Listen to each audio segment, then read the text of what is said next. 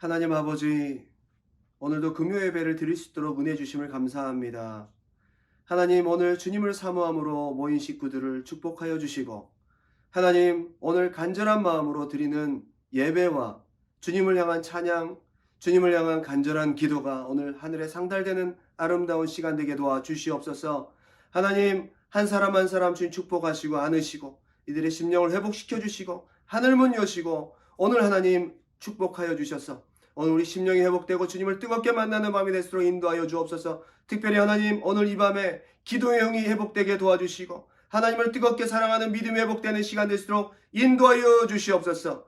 오늘 이 시간 부족한 중에 말씀을 들고 섰사오니 성령님 함께하여 주시고 아버지 말씀을 전하는 자나 듣는 자가 복을 받게 하시고 우리 신비에 새기고 이 말씀 붙잡고 기도할 때에 놀라운 심령의 확증과 은혜가 있도록 인도하여 주옵소서. 이 시간도 함께하시고 주의 종을 써주실 줄 믿사옵고 예수 이름 받들어 간절히 기도 올려옵나이다. 아멘. 할렐루야. 오늘 이 시간 우리에게 주신 하나님 말씀은 사사기 21장 25절 말씀입니다. 구약성경 사사기 21장 25절 말씀입니다. 사사기 21장 25절 말씀이 되겠습니다. 사사기의 맨 끝 구절입니다. 사사기 21장 25절 말씀. 다 찾으신 줄 알고 제가 봉독해 올립니다. 우리 다 같이 한번 큰 소리로 합독하도록 할까요? 시작. 그때에 이스라엘에 왕이 없으므로 사람이 각기 자기의 소견에 오른 대로 행하였더라. 아멘. 예, 사사기의 맨 끝 구절입니다. 얼마 전 사사기 묵상이 끝이 나고 요즘 요엘서를 다시 묵상하고 있습니다. 이 수요 성경 공부를 통해서 요약을 여러분들에게 해드리고 함께 프리뷰를 봐야 되는데 지금 상황이 그렇지 못해서 안타깝습니다. 조속히 수요 성경 공부가 부활되길 바랍니다. 얼마 전 우리가 묵상했던 사사기 내용을 다시 한번 쭉 살펴보면요, 한마디로 통치자가 없고 기준이 없는 백성의 완전히 무너진 삶과 신앙의 모습을 우리가 알 수 있습니다. 사실 엄밀히 보면 1장부터 엉망이 되는 시작점이에요. 예. 1장과 2장은 사사기 1장과 2장은 정복의 비하인드 스토리입니다. 무조건 다 성공했다고 볼 수는 없습니다. 불신앙의 요소들이 굉장히 많았고요. 사실 유다 지파 말고는 100% 성공을 잘 못하죠. 지형과 환경 그리고 철병거의 벽을 넘을 믿음이 너무나 없었더라라는 것입니다. 좀 우리가 보기에도 안타깝습니다. 약속을 붙잡고 믿고 나아가는 믿음이 좀 부족했던 것 같아요. 그래서 선지자 한 명이 찾아옵니다. 사사기 2장에는 믿음이 없이 정복하지 못하고 그 가나안 족속들을 완전히 쫓아내지 못함으로 인해서 책망이 이어집니다. 이 일들이 나중에 너희 옆구리에 가시가 될 것이다 할 때에 백성들이 통곡하고 우는 일들이 일어나죠. 2장 후반부 하나님이 하신 일들을 본 많은 세대 사람들이 여호수아도 죽고 그 시대의 리더십들도 다 죽고 이제 그 다음 세대들은 하나님이 하신 일들을 잘 알지 못하고 하나님을 그냥 귀로만 들은 그런 사람들이 세대가 일어나게 됩니다. 사사기 2장 10절입니다. 그 세대의 사람도 다 그 조상들에게도 돌아갔고 그 후에 일어난 다른 세대는 여호와를 알지 못하며 여호와께서 이스라엘을 위하여 행하신 일도 알지 못하였더라. 이스라엘 자손이 여호와의 목전에 악을 행하여 바알들을 섬기며 이때부터 사사기의 비극은 시작됩니다. 하나님을 귀로만 들었지 경험한 사실이 없습니다. 이 세대 사람들은요. 하나님과 친하지 않습니다. 하나님을 머리로는 압니다. 하나님의 이름을 들어봤습니다. 하나님이 하신 일들을 귀로는 들었지만 자기들이 직접 경험하지는 못했습니다. 안 보이는 하나님은 없는 것과 마찬가지입니다. 그들의 삶에 있어서. 귀로 전해 들은 전설일 뿐입니다. 이제 이 사사기의 문제점이 시작됩니다. 하나님과 친밀함이 없고 하나님을 귀로만 듣고 하나님을 경험한 사실이 없고 하나님이 안 보이니까 하나님의 통치를 경험하지 못하고 통치자가 없는 삶을 그때부터 살게 됩니다. 이게 바로 사사기의 문제점의 시작이다. 그 다음부터 사사들이 본격적으로 등장합니다. 16장까지 여러 사사들이 등장하게 되죠.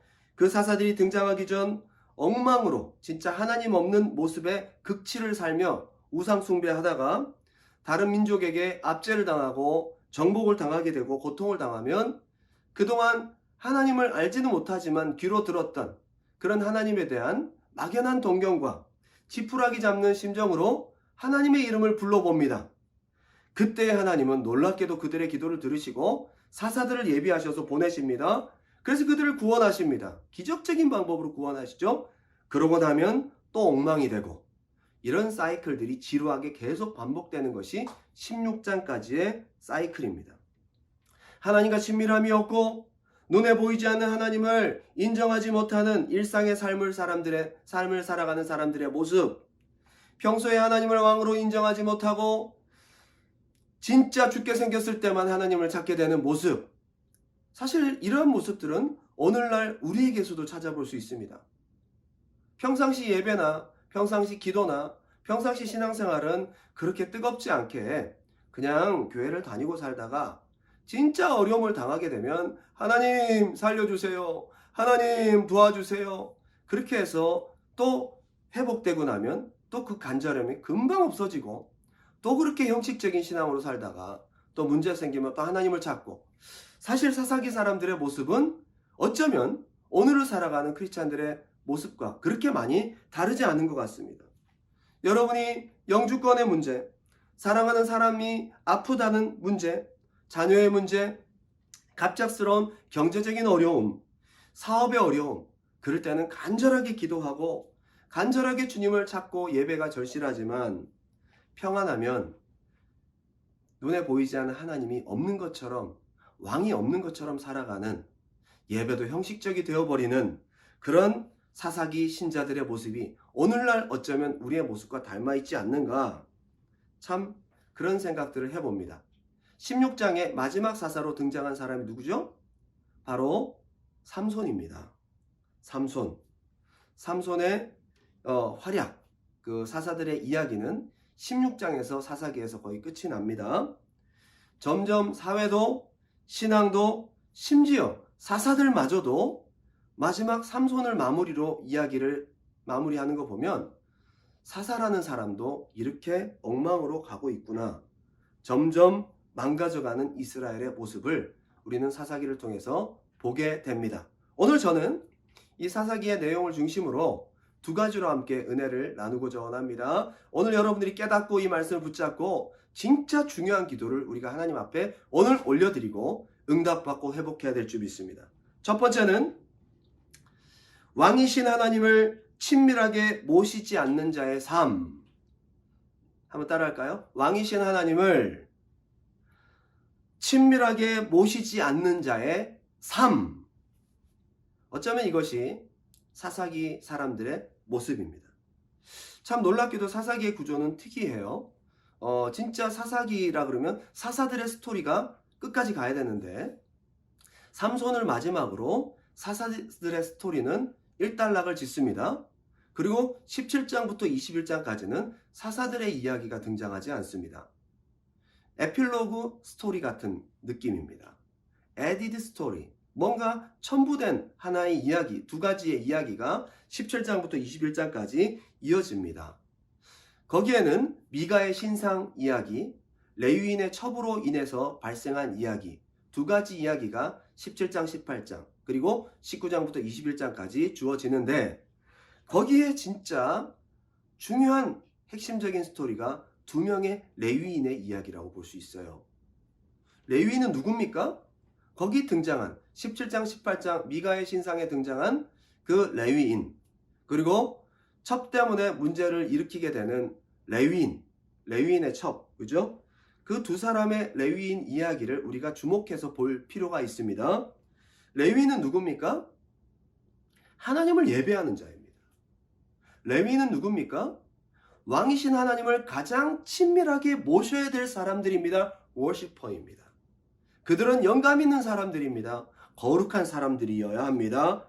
왕이신 하나님을 친밀하게 모시는 사람들입니다. 그런데 사사기의 구조를 가만히 보면 1장과 2장부터 엉망으로 시작되었다가 마지막 사사 같지도 않은 사사의 모습, 삼손의 모습으로 사사도 망가지는 모습이 나타나잖아요. 마지막 진짜 사사기에서 짚어주고 싶은 이야기는 레위인마저도 이렇더라 라는 것을 사실은 보여주고 싶은 것입니다. 두 명의 레위인 이야기를 우리는 생각해 봐야 합니다. 17장, 18장 미가의 신상과 타락한 레위인, 그리고 19장에서 21장 레위인의 첫 이야기로 발생되는 문제, 그리고 그 레위인의 신앙이 얼마나 좋지 못했던가라는 것을 우리는 생각해 볼 수 있어야 됩니다. 사사기 17장 1절 이렇게 시작합니다. 에브라임 산지에 미가라 이름하는 사람이 있더니, 미가라는 사람이 등장합니다. 에브라임 산지, 그 가정에서 있는 이야기가 시작됩니다. 미가라는 사람이요, 엄마의 돈을 훔칩니다. 그것도 한두 푼이 아니에요. 그 당시에 은이 얼마나 귀합니까? 실버를 1000이나 훔칩니다. 어마어마한 돈입니다. 참 대담하죠. 아무리 엄마지만 엄마의 돈을 훔칩니다. 죄책감도 없는 것 같아요. 엄마가 보니까 엄청난 돈을 잃어버리게 되거든요. 그래서 미가가 듣는데 이 돈을 훔쳐간 놈은 저주를 받을 거다 라고 얘기를 합니다. 사실 진짜 도둑놈은 미가인데 그 얘기를 들으니까 은근히 겁이 났던 모양이에요. 그래서 어머니에게 이실직고합니다. 솔직하게 얘기해. 어머니, 제가 훔쳤어요. 그랬더니 어머니가 금방 이런 말을 합니다. 내 아들아, 네가 복을 받기를 원한다. 아니, 조금 전에 돈을 훔친 도둑놈은 저주를 받는다 그랬는데 아들이 훔쳤다니까 네가 복 받아라. 그런 얘기를 합니다. 하나님이 없는, 하나님을 기준으로 삼지 않는, 왕이 없는 자들의 삶의 모습이 이렇다는 거예요. 기준이 없어요. 축복과 저주의 기준이 없으니까 함부로 사는 거예요. 죄의식도 없습니다. 그리고 어머니가 그 아들이 훔쳤다는 것을 이렇게 또 이실직고하고 또 그 아들에게 축복을 빌고 난 다음에 그 찾은 은을 가지고 신상을 만들어요. 우상이죠. 우상을 만듭니다. 이게 얼마나 하나님 싫어하시는 건지에 대한 지식도 없어요. 그걸 하면서 이게 우리 가정에 너에게 복이 될 거라고 어머니는 빌어줍니다. 기준도 없고 분별도 없고 자기가 기준이고 말씀도 없고 왕도 없고 하나님이 무엇을 싫어하시는지 기뻐하시는지에 대한 그런 생각도 없는 삶이 됩니다. 미가가 신상을 만듭니다. 그리고 뭔가 규모를 갖추고 싶었던 그때에 떠돌이 레위인이 그 집을 방문합니다. 이 사람이 다니다 보니까 먹을 것도 없고 정처 없이 왜 돌아다녔는지 모르겠지만 예루살렘을 떠나서 이 사람이 이렇게 돌아다니고 실로의 그 성막을 떠나서 돌아다니는 레위인, 어디서부터 왔는지 알지 못하는 레위인이 그 집을 방문하게 됩니다. 이 사람이 레위인이라는 얘기를 듣고 미가가 고용합니다. 지금 우리가 이 신상이 있으니까 이거를 예배하고 관리해줄 그런 제사장 같은 사람이 필요한데 너가 해라. 내가 돈을 줄게. 그러니까 이 떠돌이 레위인은 어차피 먹여주기도 하고 돈도 준다니까 짭이 생긴 겁니다. 이것이 하나님이 기뻐하시는지 싫어하시는지 알지도 못하고 하나님을 마땅히 섬겨야 될, 지식이 있어야 될 레위인이 우상을 섬기는 일에 있어서 돈을 준다니까 덥석 그것을 타협해버립니다. 얼마나 타락하고 지식이 없는 모습입니까? 그렇게 미가가 행복하게 자기의 그 신상을 관리할 사람도 얻었으니 살아가고 있는데 갑자기 단지파가 나타납니다. 나머지 12지파 중에 유일하게 땅을 차지하지 못한, 오히려 그 가나안 족속에게 밀려났어요. 얼마나 믿음이 없습니까? 여기저기 떠돌아다니다가 미가의 집에 도착하게 되는데 보니까 거기에 은으로 만든 신상이 있고 거기 레위인이 있거든요. 단지파가 여기에 탐을 내기 시작합니다. 그리고 미가에게 허락도 없이 그 신상을 아주 갈취하죠. 그리고 레위인에게 이런 얘기를 합니다. 야, 너가 한 패밀리의 제사장이 되는 게 낫냐? 아니면 한 민족의 제사장이 되는 게 낫냐? 더 좋은 조건을 레위인에게 제시할 때에 레위인은 뒤도 돌아보지 않고 그걸 선택합니다. 참 저는 이 레위인의 선택을 바라보면서 하나님을 마땅히 섬겨야 될 예배자가 이렇게까지 하나님에 대한 지식도 없고 눈에 보이는 조건과 돈을 쫓아가는, 우상을 쫓아가는 이 모습을 보면서 야, 정말로 사사기는 희망이 없구나 라는 생각을 하게 됩니다. 여러분, 사사들마저도 그렇게 타락하는데 레위인마저도 이렇게 되면 그 시대가 얼마나 희망이 없는 시대입니까? 사사기 18장 31절 이렇게 끝이 납니다. 하나님의 집이 실로에 있을 동안에 미가가 만든 바 새긴 신상이 단 자손에 있었더라. 뭔가 대조적인 것 같지 않아요? 하나님의 성막이 실로에 있었고 하나님과 반대되는 또 다른, 아마 미가는 그 신상을 섬기면서 하나님을 섬긴다라고 착각했을 거예요. 단지파도 그것을 뭔가 하나님을 섬기는 것처럼 생각했을 거예요. 근데 성경은 분명히 구분을 짓고 있습니다. 하나님이 계신 실로의 성막과 단지파가 섬기는 미가의 신상은 분명히 대조적이고 차이가 있다. 이것은 우상이다. 하나님과 반대되는 개념이다. 이것은 하나님을 섬기는 것이 아니다 라는 것을 보여주는 말씀 구절이에요. 여러분, 여기서 우리가 정리해 봅시다. 17장 18장에 등장하는 레위인은 어떠한 모습입니까? 왕이신 하나님을 섬기지 못하는, 왕이신 하나님을 섬겨야 될 예배자가 왕이신 하나님을 섬기지 못하고 눈에 보이는 조건, 눈에 보이는 환경, 돈, 그리고 심지어 우상이라 할지라도 자기 눈의 조건과 돈에 만족이 된다면 그걸 쫓아가는 사람입니다. 하나님보다 세상과 돈과 자기의 조건, 자기가 원하는 것을 쫓아가는 사람, 레위인의 모습입니다. 19장부터 21장까지는 또 다른 레위인이 등장합니다. 19장 1절 볼게요. 이스라엘에 왕이 없을 그때에, 자, 이렇게 시작됩니다. 그죠? 이스라엘에 왕이 없을 그때. 지금 사사기는 이걸 강조하고 있는 겁니다. 통치자가 없고 기준이 없고 룰이 없는 그 시대라는 거죠. 여러분, 그런데 우리가 생각해 봐야 합니다. 이스라엘에 왕이 진짜 없었습니까? 이스라엘의 진짜 왕은 하나님이십니다. 이스라엘은 신정국가 통치체제를 갖고 있습니다. 하나님이 눈에 보이지 않지만 하나님이 이스라엘의 왕이십니다. 하나님이 거하시는 집도 있습니다. 이 실로의 장막은 바로 왕궁과 같은 것이죠. 근데 하나님이 눈에 보이지 않는다고 인정하지 않는 사람들의 모습 때문에 이스라엘에 왕이 없다라고 얘기를 합니다. 에브라임 산지 구석에 거류하는 어떤 레위 사람이 유다 베들레헴에서 첩을 맞이하였더니, 자, 두 번째 레위인의 모습은요, 첩이 있었다는 겁니다. 레위인은 굉장히 거룩한 직분입니다. 20세부터 25세까지 5년 동안 하나님을 섬기는 데 있어서, 하나님의 성물을 취급하는 데 있어서 굉장히 거룩하게 5년 동안 트레이닝하는 기간이 있어요.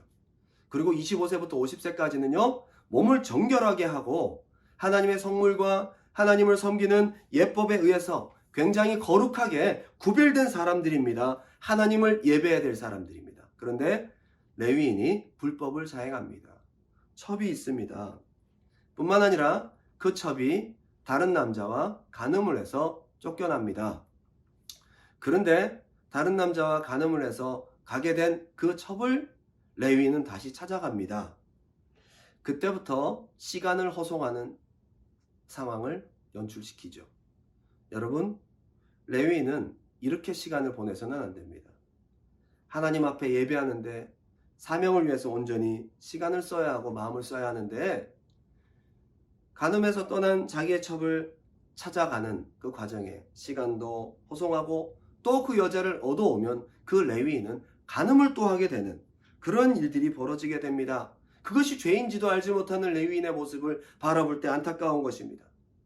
그런데 그 장인 어른이 레위인, 자기 사위가 왔다고 그를 응대하면서 대접합니다. 닷새 동안이나 그를 붙잡아 둡니다. 빨리 돌아가서 하나님을 섬겨야 되는데 아마 그 닷새 안에 안식일이 껴있을 수도 있지 않나 생각이 듭니다. 레위인은 자기 사명을 잃어버리고 절제하지 못합니다. 그리고 첩을 데리고 다섯째 날을 보내고 밤에 첩을 데리고 가다가 기브아에서 하룻밤 묵게 되죠. 그런데 거기에 있는 비류들, 거기에 있는 사람들이 자기의 첩을 데리고 가서 집단으로 성폭행을 하게 됩니다. 그리고 너무 심하게 폭행을 당한 그 여인은 아침이 되어서 죽고 맙니다. 얼마나 심하게 그들에게 폭행을 당했을까요?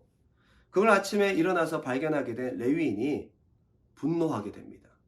이 억울함을 어떻게 해야 될까 생각하다가 자기가 그동안 제사를 드리는데 써야 될 칼, 그 칼을 꺼내서 그 시체를 12조각으로 나눕니다.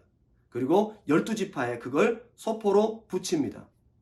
정말로 이런 일을 해서는 되지 않는데 레위인이 짐승을 다듬고 하나님 앞에 제사를 드리기 위해서 써야 될 칼을 하나님이 기뻐하지 않는 일을 위해서 사용하는 모습을 보게 됩니다.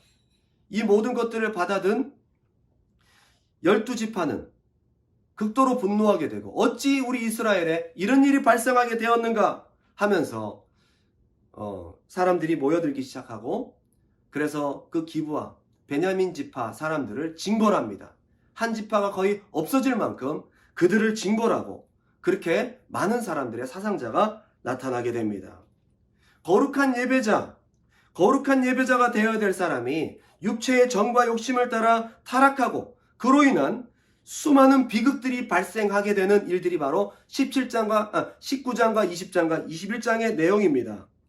이 레위인은 어떤 모습입니까? 하나님을 예배하고 거룩하게 구별되기보다 육체의 정과 욕심을 쫓는 삶입니다. 하나님보다 쾌락을, 하나님보다 자기의 사욕을, 사생활을, 그리고 감정을 더 중요하게 생각하는 모습. 그것이 바로 두 번째 레위인의 모습입니다. 그렇게 하면서 사사기 21장 25절에 이렇게 끝을 보게 됩니다. 그때 이스라엘에 왕이 없으므로 사람이 각기 자기의 소견에 오른 대로 행하였더라. 왕이신 하나님을 섬겨야 될 사람, 예배자였던 레위인마저도 그들은 하나님을 왕으로 섬기지 않았기에 사사기의 비극은 이렇게 끝이 나고 마는 것입니다. 하나님 그리고 영적 생활보다 내가 좋아하는 조건, 환경, 돈을 쫓아간다면 그 사람은 진정한 레위인, 진정한 예배자라고 볼 수 없습니다. 사사시대의 가장 극치의 비극이라고 볼 수밖에 없습니다. 하나님보다, 예배보다, 기도보다 내가 육체에 좋아하는 것을 쫓아가고 절제하지 못하는 삶을 산다면 하나님을 마땅히 섬겨야 될 예배자의 모습은 되지 못한다는 것입니다. 오늘 이 마지막 때가 어쩌면 사사시대와 같은데 진짜 하나님이 마지막에서 희망을 잃어버리게 되는 근본적인 이유가 무엇입니까? 두 레위인의 이그젬플을 통해서입니다. 여러분, 시대가 아무리 어둡고 시대가 아무리 타락하고 세상이 아무리 그렇게 쾌락을 쫓아간다 할지라도 하나님을 섬겨야 될 예배자들마저도 그렇게 가게 된다면 이것은 진짜 하나님을 마음 아프게 하는 그런 사건이 될 것입니다. 여러분, 저는 이걸 생각해 봅니다. 시대가 어두워도 레위인들이, 믿음의 사람들이 바로 선다면 사사기도 희망이 있다라고 얘기하지 않겠어요? 그런데 마지막 17장부터 21장까지는 더 이상 희망이 없는 모습으로 마무리를 짓고 마는 것입니다. 마지막 두 레위인의 이야기는 사사기가 진짜 안타까운 시대임을 부연 설명해 주고 있습니다. 결국 노아의 때 하나님께서 탄식하시고 한탄하셔서 홍수 심판을 결정하고 결단하시게 된 결정적인 이유가 무엇입니까? 하나님의 아들들이 사람의 딸들의 아름다움을 보고 타락해버렸어요. 육체가 되고 만 겁니다. 육체의 정욕의 사람들이 되고 만 겁니다. 여기서 하나님의 사람들은 누구입니까? 바로 아벨과 셋 계열의 예배자들의 계보입니다. 가인의 계보가 아닌 아벨과 셋 계열의 계보입니다. 예배자들의 계보입니다. 노아와 그 가족들 말고는 아마도 그 시대 그 계보를 이어갔던 많은 사람들마저도 타락해버리고 말았기에 하나님이 거기서 홍수 심판, 더 이상 희망이 없다라고 판단하신 것이죠. 여러분, 이 마지막 시대, 이 사사시대와 같이 음란과 정말로 황금 만능 물질주의가 만연하고 있는 지금 이 때에 진짜 하나님께서 주목하여 보시는 에필로그 스토리의 주인공은 바로 당신입니다. 우리라는 것입니다. 우리마저 무너진다면, 우리의 예배마저 무너진다면 이건 진짜로 이 시대가 희망이 없는 것입니다. 교회가, 예배자들이 마지막 보루이고 희망이라는 것입니다. 당신이 중요합니다. 하나님은 당신을 보고 계십니다.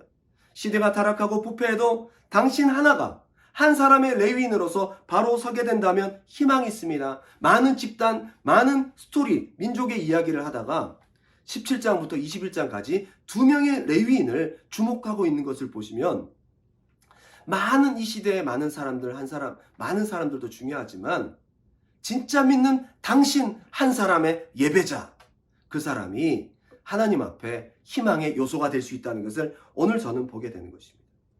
신앙의 불이 꺼지고 이 시대 속에서 빛이 되고 왕을 모셔야 될 기준이 되어야 될 크리스찬마저 무너지고 만다면 정말 이 시대는 희망 없는 사사시대가 되고 맙니다. 아마 주님이 오실 때에 많은 사람들이 노아의 때 했던 것 같이 그런 모습이 될 것이다 라고 얘기를 하고 있습니다. 많은 사람들이 그렇게 되어갈 거라고 얘기하고 있습니다.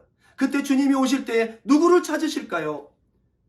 그 시대 속에, 세대 속에 본받지 않고, 이 세대를 본받지 않고 아버지의 뜻을 분별하며 거룩하게 예배자, 눈에 보이지 않는 하나님을 친밀하게 왕으로 섬기며 이 세대를 본받지 않고 거룩하게 아버지의 뜻을 분별하고 살아가는 그 사람이 바로 주님 오실 때의 보석이요, 주님 오실 때의 신부요, 주님 오실 때에 혼인잔치에 참여하게 될 믿음의 승리자가 될 줄 믿습니다.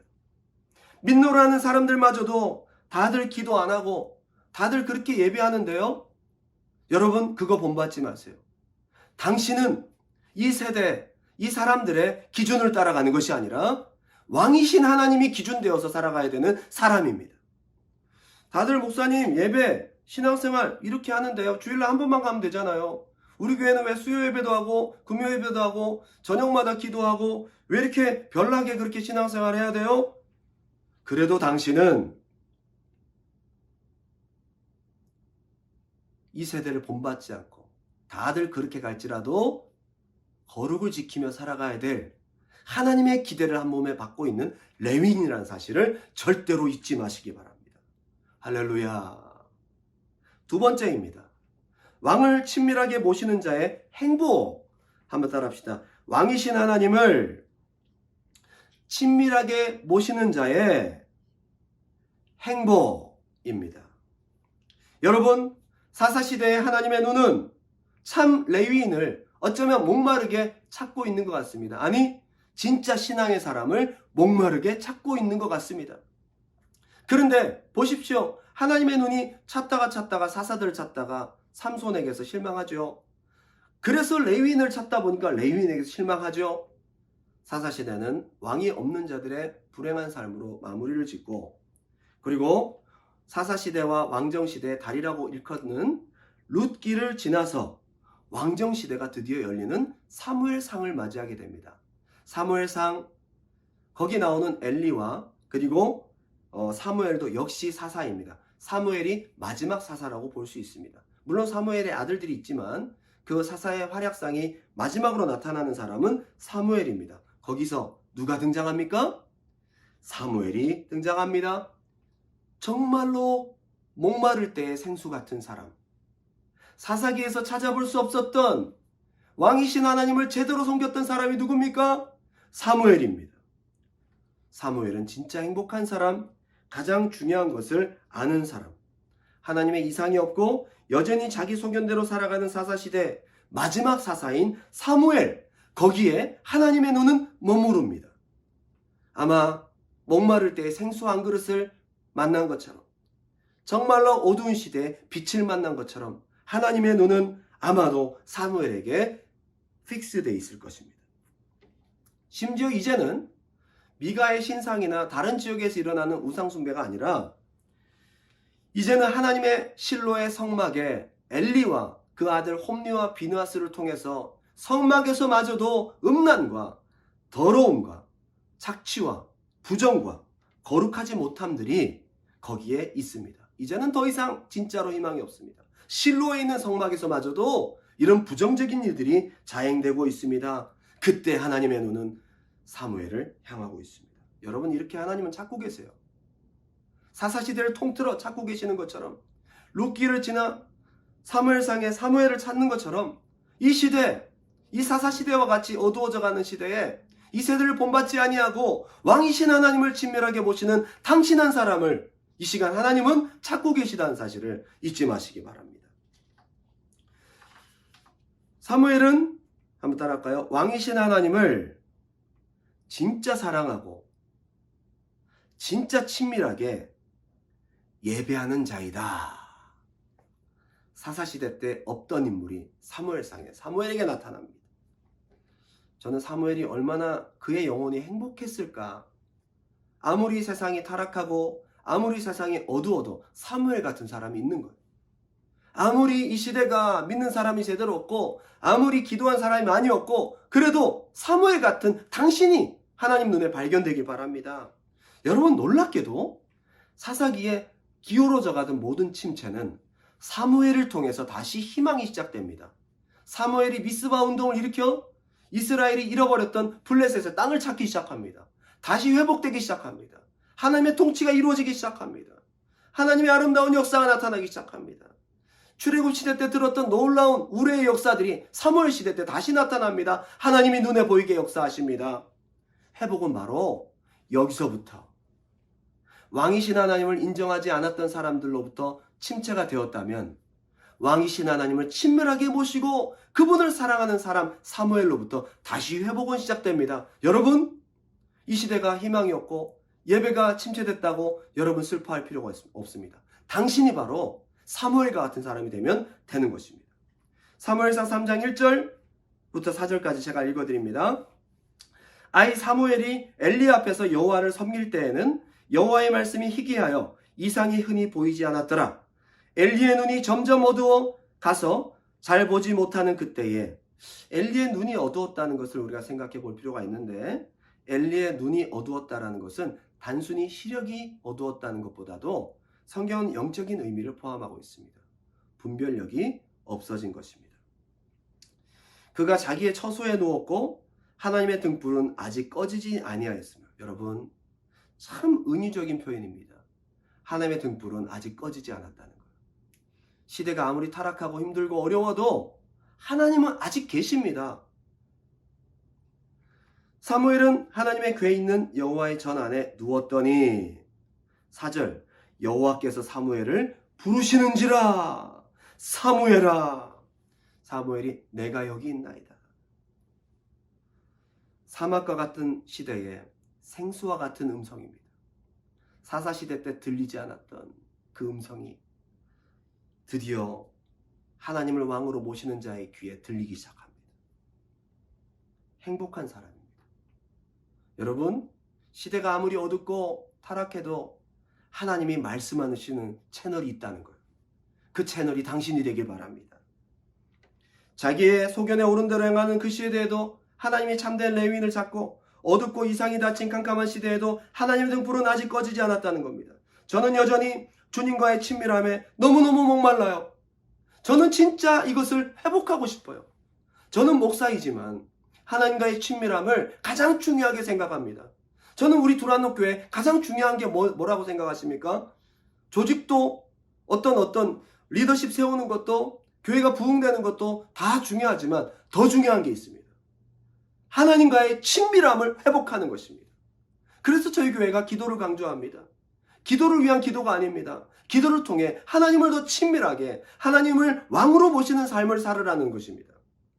예배도 영감 있게 하나님이 정말로 무엇라 말씀하시는지를 귀를 기울여 듣고 하나님께 포커스를 맞춘, 하나님과의 친밀함에 갈망을 가지고 올려드리는 그러한 예배가 우리 두란노 교회는 가장 중요한 행사인 것입니다. 우리 두란노 교회 가장 중요한 일인 것입니다.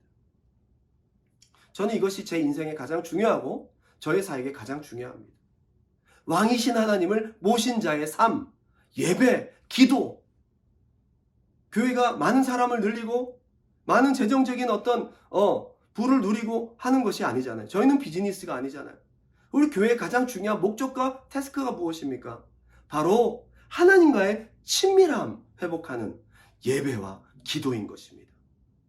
그러한 삶을 우리가 살아가는 것이 정말 중요하고 그런 일을 감당하는 것이 바로 교회의 모습이 아닌가 생각합니다. 이번에 제가 한국을 가서 저희 아버지의 산소를 방문해 봤습니다. 산소에 갔더니 뭐가 있었냐고요? 아무것도 없었습니다. 그냥 거기가 저희 아버지가 묻힌 곳이다 라고 제가 거기서 기도하면서 생각해 보았습니다. 뭐가 남는가 인생에서. 죽고 나면 사람이 묻힌 자리도 흔적도 없고 그 사람은 더 이상 없는데 무엇이 남는가. 바로 아버지가 우리 주님을 뜨겁게 사랑했던 그 믿음 하나, 하나님과의 친밀함을 위해서 예배하고 기도했던 그 믿음 하나, 그거 하나가 남는다는 겁니다. 그거 하나 영원히 남습니다. 전 다시 한번 새기고 왔습니다. 저희 아버지가 목회를 하시고 은퇴하시고 난 다음에 20년을 더 생존해 계셨습니다. 86세에 돌아가셨으니까요. 목회를 그만두고 나면 사실 일도 없고 사명도 이제 끝나고 무슨 재미로 하루하루를 사셨을까 저는 생각해 봤습니다. 근데 저희 아버지가 이런 얘기를 하시는 거예요. 그 이후에 더 주님과 영적으로 깊어졌다고 얘기를 하는 거예요. 목회할 때는 분주하고 바빠서 보지 못했던 오히려 말씀들을 더 많이 보고 오히려 목회할 때 하지 못했던 기도를 더 많이 했다는 거예요. 새벽 4시 반, 5시 일어나셔서 새벽 기도를 하고 하셨던 기도보다 은퇴 이후에 새벽 2시, 3시에 일어나셔서 더 많은 기도를 하셨다는 거예요. 그러면서 아버지가 얘기하신 것이 그 시간이 나에게 가장 행복한 시간이었다. 저도 그런 고백을 남기고 떠났으면 좋겠습니다. 하나님과의 친밀함, 하나님을 왕으로 모시는 자의 삶의 행복을 누리는 것보다 더 중요한 것이 무엇인가? 사사기에서 하나님이 그토록 찾았던 가치이기도 합니다. 그분을 예배하고 모시고 기도한 그 시간이 영원히 남는 시간입니다. 그래서 사무엘이 하나님을 섬기는 그 일들이 가장 중요했기에 은퇴 이후에도 흐트러짐이 없어요. 라마 나요트의 영성을 유지하면서 더 많이 기도하고 더 많이 하나님을 친밀하게 섬기다가 후학들을 길러내고 그는 마지막 삶을 살았습니다. 이번에 제가 한국 가서 느낀 점이 있어요. 이제 저도 나이가 좀 든 것 같아요. 30대 생각으로 한국을 가면 여기도 가보고 싶고 이것도 먹어보고 싶고 또 보고 싶은 사람도 만나고 막 돌아다니고 막 먹으러 다니고 그럴 것 같았는데 그러지 않았어요. 저희 부모님도 만나고 사랑하는 동역자들도 만났지만 막상 가보니까 굉장히 피곤하더라고요. 곱창을 먹어봤습니다. 도착한 첫날 강남에 그 화사라는 그 걸그룹 그 사람이 찍었던 곱창집이 있더라고요. 거기서 그 화사가 먹었던 세트를 한번 먹어봤어요. 그렇게 화면에서 맛있게 먹더니 제가 먹어보니까 그렇게 맛있진 않더라고요. 뭐 그 가게를 제가 폄하하는 건 아닙니다. 제 입맛이 그렇더라는 거죠. 그리고 해산물도 뭐 산낙지도 먹어봤어요. 먹어보니까 아는 맛이다. 아는 맛. 그리고 또 누가 목사님 이거 진짜 맛있는 빵이에요. 이거는 여기밖에 없어요. 그래서 제가 가서 빵을 사 먹어봤더니 진짜 맛있진 않고 조금 맛있더라고요. 조금 맛있더라고요. 가봐도 사진 속 그 풍경이 아니야. 사진 속에 그렇게 멋지게 나온 막 그 풍경이 가보니까 이게 뭐야? 이런 생각이 듭니다. 만나서 얘기하고 또 반갑다가도 시간이 지나면 금방 피곤한 것이 우리의 몸이고 육체더라고요. 우리가 이 땅에서 많이 가지고 많이 누리고 마음껏 채우고 길이길이 살 것 같고 눈에 보여지는 것을 쫓아가면 만족할 것 같지만 막상 누려봐도 공허하다는 것을 제가 느꼈어요. 무언가 가서 먹어보고 만나보고 방문해보고 하면서 기대했던 것에 반의 반도 미치지 못하는 무언가 실망스러움, 이것이 어쩌면 육체의 일이 아닌가라고 생각해 봅니다. 그래서 전도서 1장 8절에 이렇게 돼 있어요. 모든 만물이 피곤하다는 것을 사람이 말로 다 알 수는 없나니 눈은 보아도 족함이 없고 귀는 들어도 가득 차지 아니하도다. 이게 우리 인생이라는 거예요. 저는 그러다가 이번에 한국 방문에 가장 제 심령에 임팩을 끼친 사건이 바로 이용수 집사님 어머니의 장례식을 참석했을 때입니다. 80년 인생을 살았던 시신을 이제 염하는 거기에 저는 가서 같이 보았습니다. 깨끗한 삼배로 사람의 몸을 싸고 수놓은 예쁜 장식들을 몸에 싸서 이렇게 묶어가는 모습들을 우리 모두가 물끄러미 바라보면서 우리 인생은 무엇이 남는가라는 생각을 했습니다. 한참을 기다렸다가 화장터에서 이제 화장을 하고, 그리고 그 안에서 화장을 하는 사람이 그릇에다가 끝났다고 해서 무언가를 담아왔는데 보니까 몇 조각 되는 사람의 뼈, 그리고 그동안 임플란트 하셨던 이빨 뭐 이런 것들을 이렇게 보여주면서 이렇게 처리하겠다고 얘기를 했습니다. 한 사람이 육신이 끝나고 나면 이렇게 이런 것들이 남는 거구나. 무엇을 남겨야 될 것인가, 무엇이 우리 인생의 가장 중요한 것인가를 저는 다시 한번 충격적으로 받아들이게 됩니다. 그래도 너무 감사한 것은 이용수 집사님 어머님이 믿음을 가지고 하나님 나라에 가셨다는 거 너무너무 다행스러웠어요. 너무너무 감사했어요. 여러분, 인생이 너무 짧아요. 여기서 우리가 무엇을 남기고 무엇을 가장 중요하게 생각하고 반드시 우리가 남겨야 될 것인가를 전 생각해 보게 돼요. 이번에 저는 가서 20몇 년 된 친구들, 내가 청년부 시절에 같이 활동하고 믿음 생활을 함께 했던 사랑하는 식구들을 만나서 새벽이 넘기까지 함께 간증하며 그때 있었던 시간들을 회상해 보았습니다. 지금 우리 청년들 20대 초반 여러분들이 함께 나누고 함께 셀장하고 함께 교제하고 그런 친구들인 거예요. 지금 저한테는 거의 30년 가까이가 지나고 있는, 25년이 지난 이 시점에 그들과 만나서 동일하게 했던 얘기가 뭔지 아세요? 와, 우리가 그때 뜨겁게 하나님 사랑하고 예배했던 거 정말 우리는 후회하지 않는다. 우린 진짜 우리 젊은 때에 정말 중요하고 진짜 가치 있는 것을 했다라는 거예요. 그리고 또 한 가지 중요한 것은, 야, 언제 우리 시간이 이렇게 흘렀을까? 벌써 그 친구들이 결혼해서 아이들이 다 대학 가고 막 이제 뭐 시집갈 나이 되고 막 그러는 거예요. 여러분, 25년, 26년, 27년이요? 정말 저는 옛날에 어른들이 그런 얘기를 해서 20년, 30년 금방 간다. 저는 그게 고지 안 들렸는데 지금 우리가 동일하게 느끼며 얘기했던 게 뭐냐?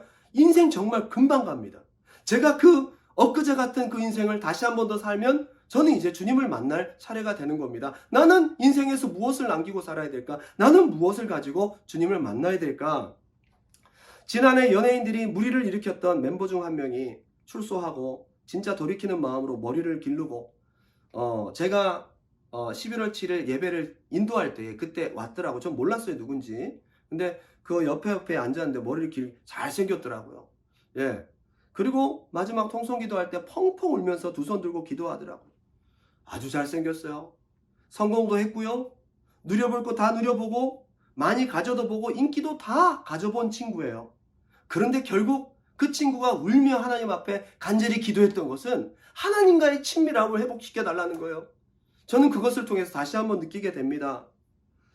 진짜 중요하게, 진짜 우리가 회복하고 진짜 우리가 붙들고 살아야 될 것이 무엇이냐, 인생에서 왕이신 하나님과의 친밀함입니다. 그분을 모시고 살아가는 시간 다 잃어버리고 난 다음에 여러분, 그분을 마지막에 찾지 마시고 지금이 바로 은혜 받을 만한 때요. 지금이 바로 구원의 날이로다. 저는 오늘 날이 진짜 사사시대처럼 다들 자기 기준으로 살아가고 핸드폰, 컴퓨터, 스마트 TV, 랩탑만 켜면 재미있고 시간 가는 줄 모르고 우리의 마음을 쏙 빼앗는 수많은 컨텐츠들이 있습니다. 우리가 그토록 갖고 싶고 부러워하는 수많은 전시물들, 사람들, 동경의 대상들이 있는지도 모르겠습니다. 이렇게 하면 잘 산다, 저렇게 하면 돈 번다, 성공한다라는 수많은 방법과 눈에 보이는 길들이 많이 있는 시대입니다. 우리 삶의 분주함들과 해야 될 수많은 일들, 그리고 여러 가지 걱정과 염려들이 가득한 시대입니다. 오늘날이 진짜 사사시대 같습니다. 근데 진짜 중요한 거 놓치지 마세요. 하나님이 진짜 보석처럼 찾고자 하는 것, 우리가 정말 붙들어야 되는 것, 왕이신 하나님과의 친밀함, 왕을 모시고 사는 삶, 그것을 오늘 이 밤에 회복하기를 주님의 이름으로 축원합니다. 오늘 왕이신 하나님과의 친밀함을 목마르게 갈망하고 회복하는 밤이 되길 바랍니다. 특별히 가장 내가 먼저 회복하고 가장 우선적인 과제라고 영적으로 인식하는 밤이 되길 바라고, 진짜 하나님, 나 하나님과의 친밀함을 회복하고 싶습니다.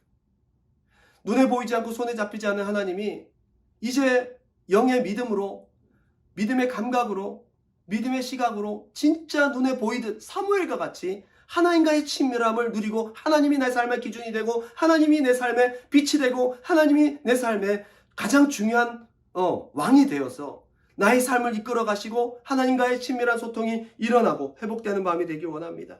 하나님, 오늘 이 밤에 하나님과의 친밀함을 회복하는 밤이 되게 도와주세요. 오늘 이 밤에 내 기도가 열리게 도와주세요. 오늘 이 밤에 내 영감이 회복되는 밤이 되게 도와주세요.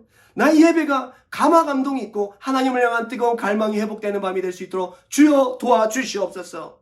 그렇게 기도하고 회복하는 밤이 되시기를 주님의 이름으로 축원드립니다. 기도하겠습니다. 하나님 아버지, 오늘 이 시간 부족한 중에 입술을 통하여 말씀하여 주심을 감사합니다. 하나님, 사사시대를 통해 하나님께서 그토록 찾기 원하시고 바라는 정말로 하나님을 찾는 자, 하나님을 왕으로 모시는 자의 삶을 아버지 사무엘을 통해서 우리는 배우게 됩니다.